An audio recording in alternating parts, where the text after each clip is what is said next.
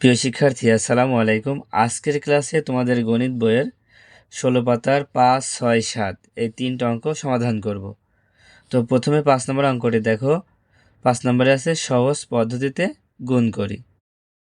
এখানে মোট ৪টা অঙ্ক আছে। এই ৪টা অঙ্ককে যত সহজে আমরা সহজ পদ্ধতিতে গুণ করতে পারি। আমরা যেভাবে গুণ করি সেটা কিন্তু সহজ পদ্ধতি না। সহজ পদ্ধতির নিয়ম হচ্ছে একটু আলাদা। তাহলে চলো আমরা প্রথমে ১ নম্বরটা শুরু করি। ১ নম্বরে লেখা আছে ১৯৯ গুণ ২৫। তো এখন খেয়াল করো যে এখানে যে ১৯৯ আছে, এই ১৯৯কে আমরা দুইটা সংখ্যায় ভেঙে ফেলবো। দুইটা সংখ্যা যোগ করেও ১৯৯ হতে পারে, আবার দুইটা সংখ্যা বিয়োগ করেও ১৯৯ হতে পারে। যেমন মনে করো এখানে আছে কত ১৯৯, তাহলে তুমি এটাকে ভাঙতে পারো যে ২০০ বিয়োগ ১।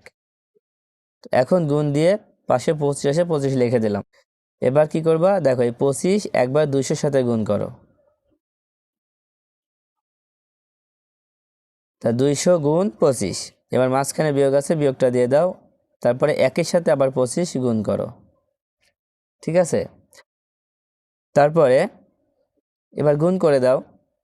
দেখো আমরা যদি ২৫ আর ২ গুণ করি, ২৫ দুখানি কত হয় ৫০ হয়।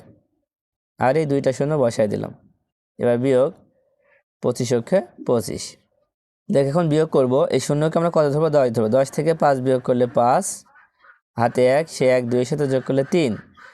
এই শূন্যকে ১০ ধরো। ১০ থেকে ৩ বিয়োগ করলে ৭। আবার দেখো হাতে ১ থাকে, সে ১, এই ১০ থেকে বিয়োগ করলে হবে ৯। আবার কিন্তু হাতে ১ থাকছে, সে ১, এই ৫ থেকে বিয়োগ করলে ৪ হয়। কত হচ্ছে ৪৯৭৫। আচ্ছা, এবার ২ নম্বরটা খেয়াল করো। ২ নম্বরে আছে ৭২৪০ গুণ ১১০। দেখো এই গুণটা সহজ পদ্ধতিতে করতে হলে কোন সংখ্যাটাকে ভাঙলে তোমার কাছে সহজ মনে হতে পারে সেই সংখ্যাটা তুমি ভাঙবা। আমার কাছে মনে হয় ১১০কে যদি তুমি ভাঙো তাহলে এটাকে সহজ হবে। কারণ এখানে আমরা ১১০ বললে আমরা ১০০ পাচ্ছি, আবার ১০ পাচ্ছি, তার মানে দুইটাই কিন্তু সহজ হচ্ছে। তাহলে আমরা ভেঙে ফেলি। তোকে প্রথমে লিখে ফেলি ৪২৪০, এটা আমরা লিখে ফেললাম। এবার গুণ দিয়ে এই সংখ্যাটাকে দুটো সংখ্যায় ভেঙে ফেলি। দেখো ১১০, তার মানে ১০০ যোগ ১০। এবার কি করব, যেখানে যে সংখ্যাটা আছে এই সংখ্যার সাথে একবার ১০০ গুণ করব, তারপর আবার এই সংখ্যাটার সাথে একবার ১০ গুণ করব। তো ৭২৪০-এর সাথে প্রথমে ১০০ গুণ করব, তাই গুণ ১০০ দিলাম। এই যোগটা এখানে বসাই দিলাম। আবার ৭২৪০ লিখে নিলাম, গুণ দিয়ে এবার ১০ লিখলাম। এবার কি করবা, গুণ করে ফেলো। দেখো প্রথমে ১ দিয়ে আমরা ৭২৪কে গুণ করব। তার মানে ১ দিয়ে ৪কে গুণ করলে ৪ হয়, ১ দিয়ে ২কে গুণ করলে ২ হয়, ১ দিয়ে ৭কে গুণ করলে ৭ হয়। শূন্য আছে কয়টা, ১, ২, ৩, তিনটা শূন্য বসায় দাও। এবার যোগ। এখানেও ঠিক একইভাবে যদি ১ দিয়ে আমরা ৪কে গুণ করি তাহলে ৪ হয়, ১ দিয়ে ২কে গুণ করলে ২ অক্ষে ২ হয়, ১ দিয়ে ৭কে গুণ করলে ৭ অক্ষে ৭। শূন্য আছে দুইটা শূন্য বসায় দাও। এবার যোগ করে দাও। দেখো ০ আর ০ শূন্য, ০ ০ ০, ৪ আর ০ যোগ করলে ৪, ২ আর ৪ যোগ করলে ৬, ৭ আর ২ ৯, আর এই ৭ বসায় দাও। দেখো ২ নম্বরটা হয়ে গেল। এবার ৩ নাম্বারটা খেয়াল করো। ৩ নাম্বারে ৪৫২০ গুণ ৯৯৮। তোমাকে আগে দেখতে হবে যে কোন সংখ্যাটা ভাঙলে সহজ হবে। সবসময় আমরা ১০০, ১০০০, ১০০০০ পেতে পারি। ঠিক আছে, দেখো আমরা যদি ৯৯৮কে ভাঙি তাহলে আমরা খুব সহজেই কিন্তু ১০০০ পাবো। কিভাবে দেখো, ৪৫২০ গুণ ৯৯৮, তার মানে ১০০০ থেকে কত কম, ২ কম, তাই না? তাহলে আমরা লিখতে পারি যে ১০০০ বিয়োগ ২। দেখো ১০০০ থেকে যদি ২ বিয়োগ করি তাহলে হবে ৯৯৮। দেখো আমরা কিন্তু ১০০০ পেয়ে গিয়েছি। এবার কি করবা, দেখো ৪৫২০-এর সাথে একবার এই ১০০০ গুণ করব। এবার মাঝখানে যে বিয়োগ আছে বিয়োগটা দিয়ে দেব। আবার ৪৫২০-এর সাথে গুণ করবো আছে ২। দেখো এবার ১ দিয়ে এটার সাথে গুণ করলে কত হবে,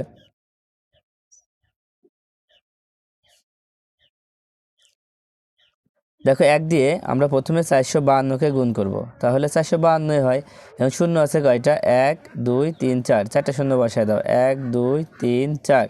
এবার বিয়োগ, বা 2 দিয়ে গুণ করো। দেখো 2-এর সাথে 0 গুণ করলে 0, 2 দুখানে 4, 5 দুখানে 10, 10-এর 0 হাতে থাকে 1, 4 দুখানে 8 আর 1 9।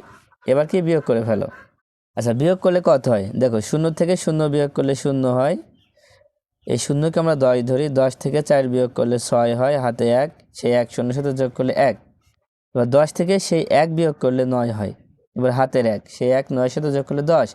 10 থেকে 10 বিয়োগ করলে কত হয়, 0 হয়, হাতে 1 থাকছে, সে 1 2 থেকে বিয়োগ করলে 1 হয়। এবার 4 আর 5 বসায় দাও। এবার 4 নাম্বারটা খেয়াল করো। তো 4 নাম্বারটা আছে 6520 গুণ 1001। তো এখানে কোনটা ভাঙতে হবে দেখো।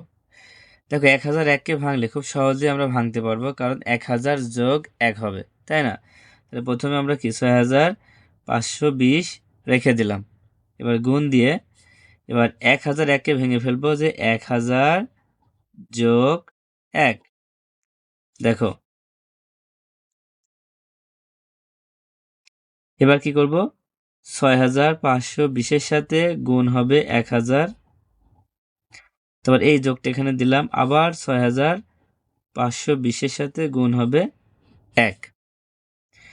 এবার 1 দিয়ে আমরা প্রথমে 2কে গুণ করব। দেখো 2 অক্ষে 2, 1 দিয়ে 5কে গুণ করলে 5 অক্ষে 5, 1 দিয়ে 6কে গুণ করলে 6 অক্ষে 6। 0 আছে দেখো, 1 2 3 4, 4টা 0 বসায় দাও। এবার যোগ, ফের 1 দিয়ে 2কে গুণ করলে 2 অক্ষে 2, 1 দিয়ে 5কে গুণ করলে 5 অক্ষে 5, 1 দিয়ে 6কে করলে 6 অক্ষে 6, 0 বসায় দাও। এবার কি যোগ করো, 0 আর 0 যোগ করলে 0, 2 আর 0 যোগ করলে 2, 5 আর 0 5, 6 আর 0 6, আর এখানে যা আছে 2 5 6।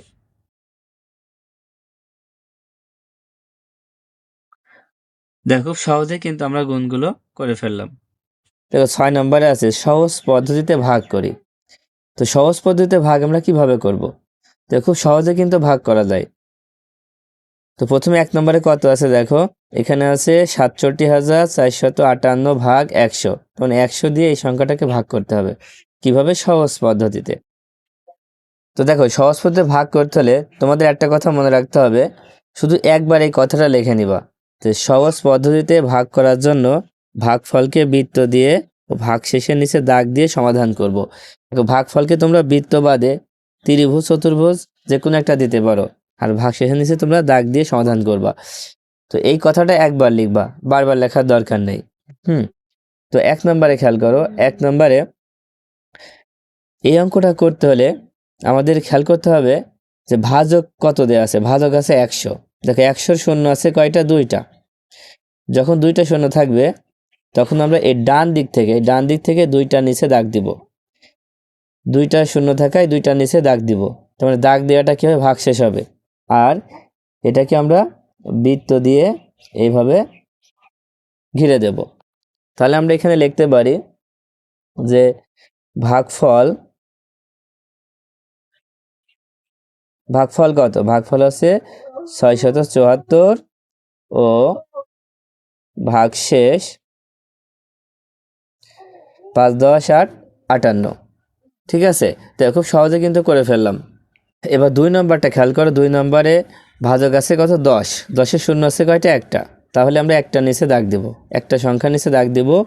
আর বাকি যেগুলো আছে তোমরা চাইলে চতুর্ভুজ আঁকলেও সহজ হয়, চতুর্ভুজ আঁকা কিন্তু বেশি সহজ। এইভাবে চতুর্ভুজ আঁকতে পারো। তো আমি যেহেতু এখানে বৃত্ত লিখেছি তাই বৃত্ত আকারে আমি করব, কারণ বৃত্ত দেওয়া একটু কঠিন হয়ে যাচ্ছে, বৃত্ত পুরো পরিপূর্ণ হচ্ছে না। তো যেমনই হোক তোমরা মনে করবে একটা বৃত্ত, অথবা তোমরা চাইলে যে এইভাবে চতুর্ভুজ আঁকতে পারো, এইভাবে চতুর্ভুজ আঁকতে পারো। তোমরা লিখবা চতুর্ভুজ, তাহলে এভাবে আঁকতে পারবা। তো এখন আমাদের উত্তরটা কত হচ্ছে দেখো, আমরা এখানে লিখতে পারি যে ভাগফল কত। দেখো ভাগফল হচ্ছে 8250। ও ভাগশেষ না লিখলেও হবে, এখানে যেহেতু ভাগশেষ নেই তো ভাগশেষ কত হচ্ছে? 0। তোমরা এটা না লিখলেও পারো, কারণ ভাগশেষ যদি 0 হয় তাহলে ভাগশেষ লেখার কোনো দরকার নেই। এবার 3 নাম্বারটা খেয়াল করো, 3 নাম্বারে ভাজক আছে 100, তার মানে এখানে 2টা শূন্য আছে। আমরা 2টা সংখ্যা নিচে দাগ দিব, 2টা শূন্য 2টা সংখ্যা নিচে দাগ দিতে হবে ডান দিক থেকে। আর বাকি যেগুলো থাকছে এগুলোকে আমরা কি করব? বৃত্ত আকারে আমরা ঘিরে দিব। তো এখন আমরা লিখতে পারি যে ভাগফল ভাগফল কত? ভাগফল হচ্ছে 908, 908। ও ভাগশেষ কত হচ্ছে?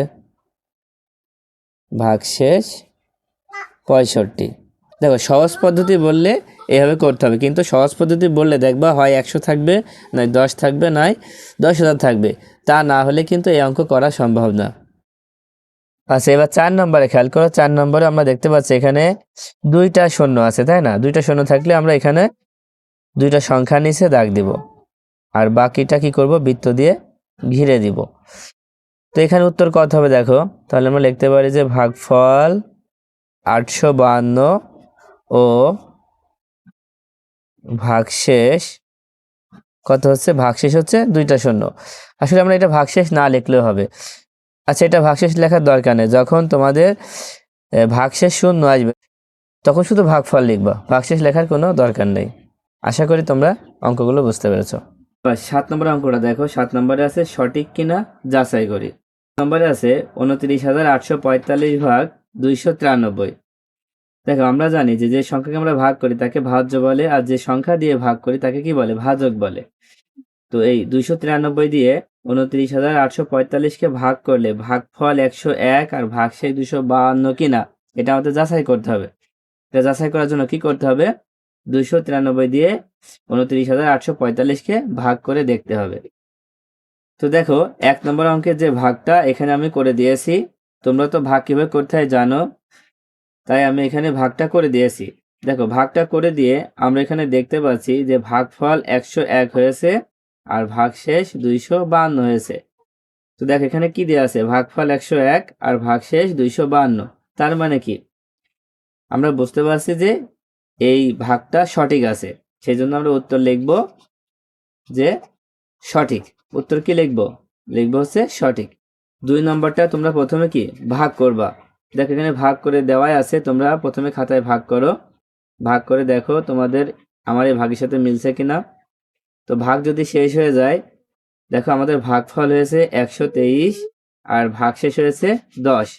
তো এখানে দেখো ভাগফল দেওয়া আছে 123, ভাগশেষ দেওয়া আছে 10। তাহলে কি এই অঙ্কটা কি সঠিক? তাই উত্তর লিখব সঠিক। দেখো 3 নম্বরে আমরা ভাগটা করে দিয়েছি। তো এখানে আমরা দেখতে পাচ্ছি যে ভাগ করে আমরা ভাগফল পেয়েছি 524 আর ভাগশেষ পেয়েছি 36, কিন্তু এখানে দেওয়া আছে ভাগফল 523 আর ভাগশেষ 222। তাহলে কি মিলছে? এখানে ভাগফল আছে 524, এখানে আছে 523, এখানে ভাগশেষ আছে 36, এখানে আছে 222। তাহলে কি মিলছে? মিলছে না। তাহলে তোমরা কি লিখবা? উত্তর কি লিখবা? উত্তর লিখবা সঠিক নয়।